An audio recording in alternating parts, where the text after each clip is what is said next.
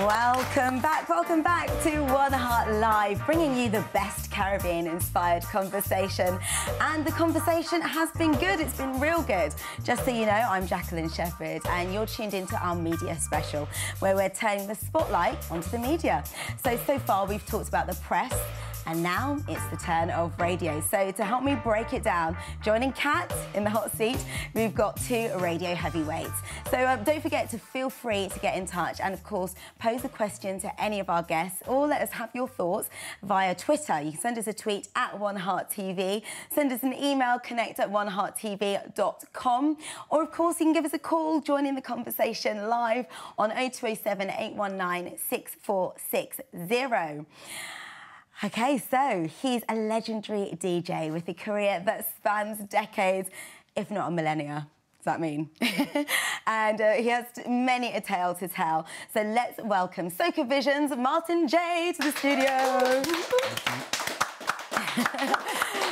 You all right? I'm good. Yeah, I'm good, thank you. Welcome. You're matching our sofa there in your reds. Yeah, clashing. Did you plan that? No, not clashing. It's an all good aura. So you're complimenting is what you're doing.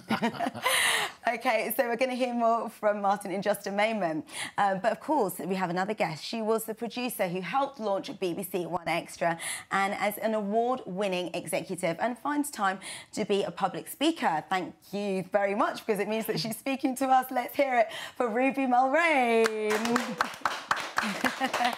all right, Ruby? Yes, thank you. Yeah? Thank you very much. Thank you for being here. No problem. And loads to say on this, I bet both of you, right? Yes, definitely, yeah, loads. I think more than any other platform, radio's been the medium to, quote-unquote, serve the community, actually. And it's, you know, from the pirates through to colourful, to bang and vibes, through to the juggernauts like Choice and Kiss. There have been no shortage of radio outlets. So we've got some questions to ask. We want to find out what you think the state of radio is today, and you at home as well. Do you think that our radio stations are still relevant? Are they serving us properly? And what about the major national stations? Do they actually reflect our culture? And one of the biggest, if not the biggest success stories to come out of radio is that of the rise of Choice FM. So, you know, you might look at that from many angles. Is it a rise or what? Let us know what your thoughts are. OK, so we're going to have a look at this story. Find out some more right now on this. Love hip-hop and R&B. Love music. Choice. Woohoo! We have Rangers, a.k.a. The Rock at the Choice building. Thank you, thank you. What's going on, sir? Thank you. It's good to be on. Thank you. Listen, how are man. you this morning? I'm good. It doesn't matter how you are. I had to, I'm sorry. That was good. Sorry. Choice FM was founded in March 1990 by Patrick Berry and Neil Kenlock, broadcasting from Brixton, South London. It was Britain's first successful 24-hour radio station granted a licence to cater for the black community. Choice expanded in May 2000 with a separate 107.9 FM licence. The intention was to reach a larger Afro-Caribbean audience outside the limited range from Brixton. I just checked out Kanye's album this morning. And what did you think? A lot of noisy stuff. Yeah, I like it. Why is it so angry? Yeah, it's a lot of anger feel to it. Up until this point, the black community had previously relied on the local pirate stations to fill their cultural void. But now they had a station that provided a platform for artists such as Marcia Griffiths, Beanie Man and R&B stars R. Kelly, Mary J. Blige, Aaliyah and Jodeci. Hello people, this is the Choice Report. I'm Kojo. And I'm Jade Avia. And we are the Choice Breakfast Team. Now, those go on Monday to Friday, 6 to 9 in the Choice Studio. And outside of the Choice Studios, what we've done is we've got together all the highlights of the show this week, and we're going to bring them to you. Choice FM also allowed local businesses to directly target the black marketplace for the first time. Over the years, Choice FM amassed a loyal following. In 2004, due to the financial burdens of transferring to digital radio, Choice FM was sold to an existing minority shareholder, Capital Radio Group. The station was moved to the group's central studios in London's Leicester Square, a move that resulted in a community march, with its listeners accusing the platform of selling out, as some of the DJs were replaced by their Kiss FM counterparts. What do we want? Choice FM! How do we want it? Now! What do we want? Choice FM! How do we want it? Now! In October 2013, Global announced that Choice would be rebranded as Capital Extra, billed as the new home of dance and urban music. The community felt it no longer had a mainstream radio platform to identify with or that represented them. I think we're moving towards our objective, and that objective is either restore the content as required by the original Ofcom licence, or relinquish the licence and let black businessmen and women compete for that licence to provide a service to London's black communities. Given the huge backlash, it may come as no surprise that Capital Extra's listenership has fallen by 47.4% in London alone. In the same year, BBC One Extra's listening figures have dropped below 1 million for the first time. It seems we are experiencing a major shift in urban music radio, with more listeners choosing to drift away from commercial stations to specialised private stations such as Bang FM, On Top and Rinse FM.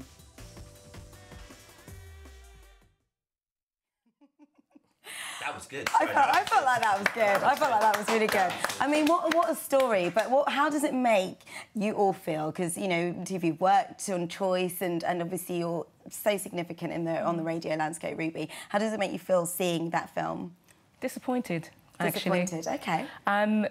A lot of hard work has gone into creating those media platforms for them all to just disappear without a trace, really, and not to really have left a legacy of any sort that's significant, you know.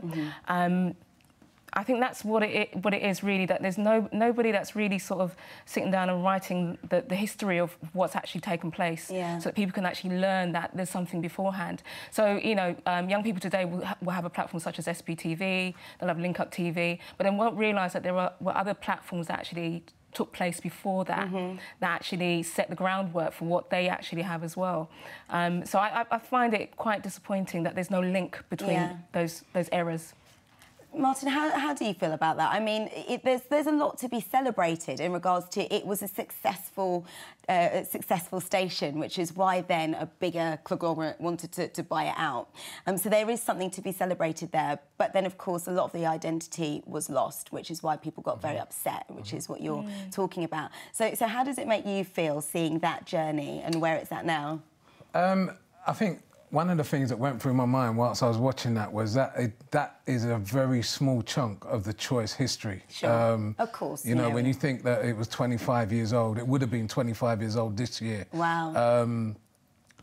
But, you know, the memories that we have of what we managed to do in terms of broadcasting, I don't think will ever go away. The stories that, you know, like myself and Kat could tell, you know, travelling to other countries, doing live broadcasts, it was a journey, and, you know, unfortunately, we're not able to pass it on.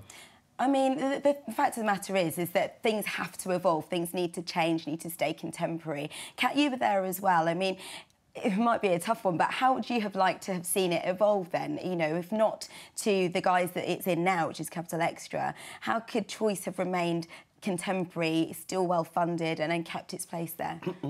If it was just left to do what it was doing, it was fine. I think just when the music started to change for them, things started to go a bit kiff, you know what I mean? It's like anything. Kiff? Yeah, kiff, a bit like wrong, you know what I mean? It's like, you've been in a car, you go, oh gosh, I can't stand this song. You go in the car again, oh, I can't stand this song. But if you hear it 5 or 6 times, which they were very clever to, you know, implement, you start singing it and you don't like the song. But then before you know it, 2 weeks have gone, you're singing this song all the time. And so they call an earworm. Yeah, and it's very clever the way they do it, you know. I mean, I'm sure most of you have got relationships like that where, you know, someone just keeps on, and you end up marrying them, and then you wonder why. Of course you do. But OK, but, you know, how could you ensure that the evolution is taking place, because music evolves as well, and so, you know, the songs that we would have been hearing on Choice, they may have changed from when it first started out, but again, that's a sign of things changing. But it's about that integrity. How can that integrity have remained? Any ideas, Ruby? Or? Looking from the outside, right? Don't beat me. But I kind of felt that Choice FM could have actually evolved faster in terms of the technological side of things, right? In terms of the social media side of things. I think it took a long time coming from 1Extra, and 1Extra starting as a digital radio station. Obviously, we had a bit of a head start on all of that. So it wasn't just about radio, it was about the visual experience as well. And if you're targeting a young audience, and if you're targeting a black audience as well, we're usually the first to pick up the new technology, mobile phones and all that kind of stuff. So I think Choice FM could have been a bit more ahead on that. One of the things that we learned actually at 1Extra was that everybody was talking about DAB radio, DAB radio, DAB radio. And we learned that our audience didn't like DAB radio at all. Our black young audience, they weren't really into that. What they would listen to us on is on digital TV, what they already had, you know. And I think what Choice did in terms of having Capital buy into it. Sorry. Come back to you on that because we've got to go to a break, but I want to hear more on what you're saying in regards to digital technology and everything. And don't forget to also involve yourself in the conversation by using some of that technology. You can send us a tweet, you can send us an email, or you can, of course, give us a call as well. And we'll be hearing more from the very lovely Ruby Mulraine, as well as some of your thoughts as well. So don't forget to come back to us after the break. We'll see you on the other side.